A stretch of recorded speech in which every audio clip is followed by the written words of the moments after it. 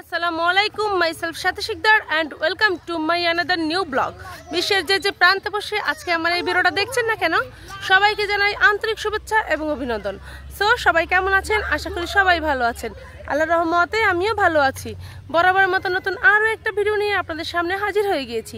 আশা করি আমার আজকের ভিডিওটা আপনাদের ভালো লাগবে। তো আজকে আমরা চলে এসেছি এখানে একটা পার্কে, আপনারা দেখতে পাচ্ছেন। তো সেটাই আজকে আপনাদের সাথে শেয়ার করব আর ঘুরবো। তো যাই হোক না কেন, আপনারা দেখতে থাকুন আমার পুরো ব্লগটি। আমার গত ভিডিওতে আপনারা দেখেছিলেন আমি বেড়াতে গিয়েছিলাম। তো সেখানে দুপুরে খাওয়া দাওয়া করে বিকেলে কোথায় ঘুরতে এসেছি সেটাই আজকে আপনাদের সাথে শেয়ার করব। আশা করি আমার আজকের ব্লগটা আপনাদের ভালো লাগবে। তো এটা হলো সার্কিট হাউস, বরগুনাতে অবস্থিত, আমার প্রাণের শহর, আমার জানের শহর। তো যাই হোক, এই যে বরগুনা শহরটা দেখছেন, এটা আমার খুব কাছের একটা শহর। ছোটবেলা থেকে এখানেই বড় হয়েছি। এখানে সব কিছুই যেন নিজের কাছে খুব কাছের মনে হয়। তো যাই হোক, অন্য দিক থেকে আমি আর আমার বোনেরা সবাই মিলে কিন্তু এখানে ঘুরতে চলে এসেছি।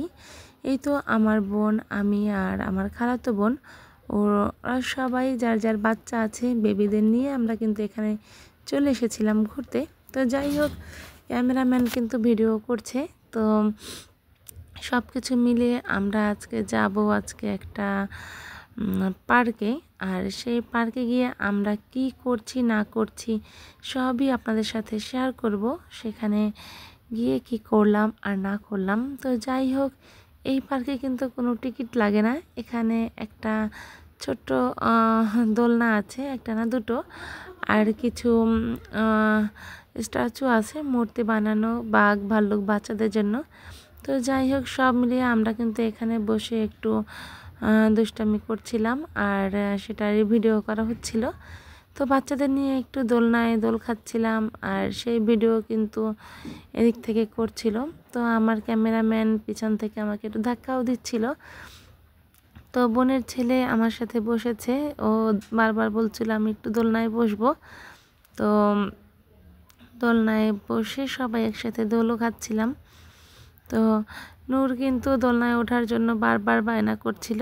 তো ওকে বললাম যে ক্যামেরাম্যান, তুমি ওকে নিয়ে একটু দোলনায় বসো, আমি তোমাদেরকে একটু ভিডিও করে নিই।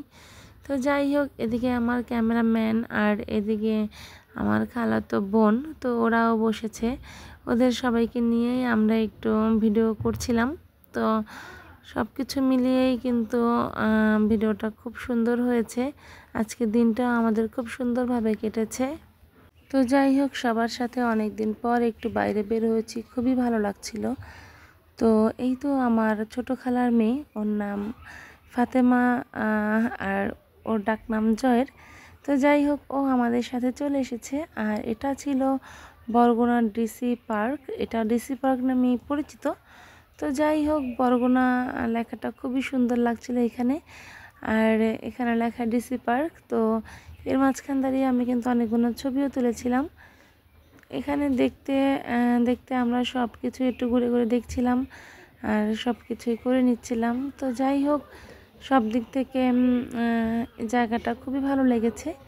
তো বাচ্চাদের সাথে এখন কিছু টুকিটাকি ছবিও তুলে নিচ্ছিলাম আর বাইরে একটু ঘোরাঘুরিও করছে। এইদিকে বাচ্চারা ঝালমুড়ি খাবে। তো এখানে এক চাচা প্রায় অনেক বছর ধরে নাকি উনি এই ব্যবসাটা করে। তো ওনার কাছে জিজ্ঞাসা করছিলাম, আপনি কতদিন ধরে এই বিজনেস করেন, আপনার কিছু কোনো ছেলে নেই? তো চাচা সেই দুঃখের কথাই আমাদের সাথে বলছিল যে উনি অনেক বছর ধরে এখানে আসলে ঝালমুড়ি বিক্রি করেন। এর আগে তো উনি ট্রেনে ঝালমুড়ি বিক্রি করতেন। তো যাই হোক, চাচার কাছ থেকে বিদায় নিয়ে আমি এখানে একটু পুকুর পাড়ে চলে এসেছিলাম। ভেবেছিলাম পুকুরে হয়তো বা ঘাট আছে, কিন্তু না, পুকুর পাড়ে কোনো ঘাট নেই।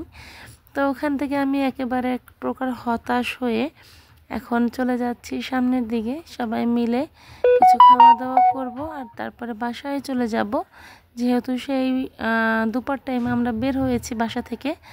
আর এখন কিন্তু প্রায় বিকেল, প্রায় 4টার মতো বাজে। তো সেখানে গিয়ে আমরা দুপুরে খাওয়া দাওয়া করে তারপরে কিন্তু এই তো এখন সামনের দিকেই চলে যাব।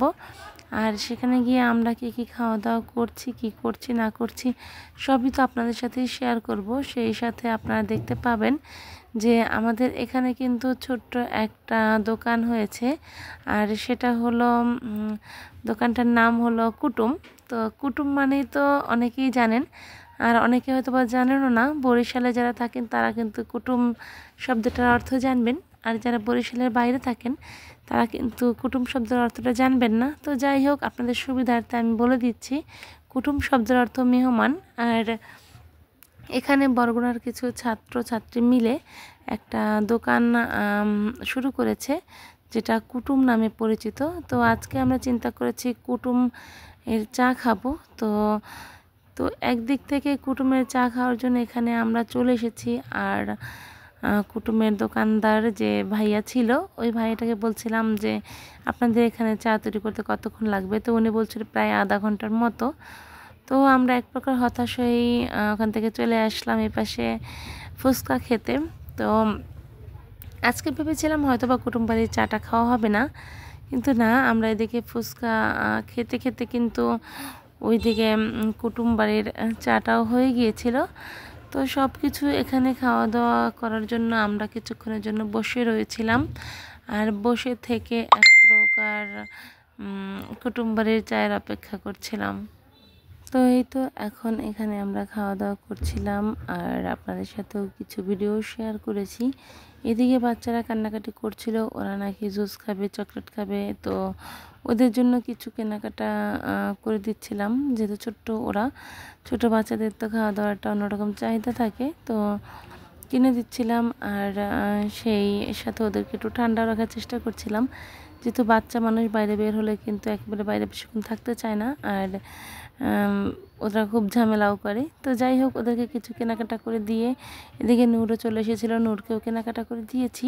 আর এদিকে নূর ওর ছোট্ট খালামণির সাথে হেঁটে হেঁটে আবার কিন্তু সেই ফুচকার দোকানে চলে এসেছে।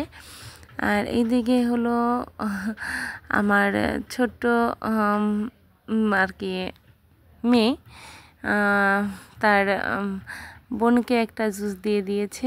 আর এইদিকে হলো আয়ান, সে অনেকগুলো খাবার পেয়ে কিন্তু অনেক অনেক খুশি। আর এদিকে আমরা 2 প্লেট ফুচকা আগে নিয়েছি টেস্ট করতে। তো যদি ভালো হয় তাহলে পরবর্তীতে আবার নেব। তো এটা খেয়ে আমার কাছে অসম্ভব ধরনের মজা লেগেছিল। তারপরে আমরা আর 1 প্লেট ফুচকা নিয়েছিলাম। এইদিকে আমি আমার ক্যামেরাম্যান দুজনে 1 প্লেট খাচ্ছিলাম, আর ওইদিকে আমার বোন আর আমার খালাতো বোন, ওরা দুজনে 1 প্লেট খাচ্ছিল। আর সবাই মিলে খাওয়া দাওয়াটা শেষ করলাম, আর শেষ করে এখানে চলে এলাম কুটুম বাড়ির চা খেতে। তো কুটুম বাড়ির চা খেতে খেতে আপনাদের সাথে কিন্তু অনেক গল্প শেয়ার করব। একজন মানুষকে কিন্তু অর্থনৈতিকভাবে সম্পূর্ণ সফল হতে হয়। যদি সে অর্থনৈতিক দিক থেকে দুর্বল হয়ে থাকে, তাহলে কিন্তু কোনো মানুষ আপনাকে আসলে দাম দেয় না, আপনাকে সম্মান করে না। তবে যে কোনো কাজই আমরা করি না কেন, কোনো কাজকে ছোট করে দেখা ঠিক না। এই যে ভাইয়াটা দেখছেন, এই ভাইয়াটা কিন্তু অনেক ভালো চা বানায়। আর ওনাদের এখানে কিন্তু এই যে ছোট্ট বাঁশের একটা ঘর বানানো, এটা দেখেই সাধারণত আমরা এখানে এসেছি। তো কুটুম বাড়ির এই চা খেয়েছিলাম আমরা। তো এটা সম্পূর্ণ গরুর দুধ দিয়ে যত সম্ভব আমার মতে বানানো হয়। তো মোটামুটি ভালোই লেগেছে আমার কাছে। তো আপনারাও চাইলে যারা বরগুনাতে থাকেন তারা এখানে আসতে পারেন, খুব সুন্দর একটা টাইম স্পেন্ড করতে পারবেন। আর আমার আজকের ভিডিওটা ছিল এ পর্যন্তই। জানি না আমার ভিডিও আপনাদের কাছে কেমন লেগেছে। যদি ভালো লেগে যায় অবশ্যই লাইক, কমেন্টস আর একটা শেয়ার করে দেবেন। তো আজকের মতো এখানে বিদায় নেব। সবাই সুস্থ থাকবেন, ভালো থাকবেন, নেক্সট ভিডিওর অপেক্ষায় থাকবেন। আল্লাহ হাফিজ, টাটা।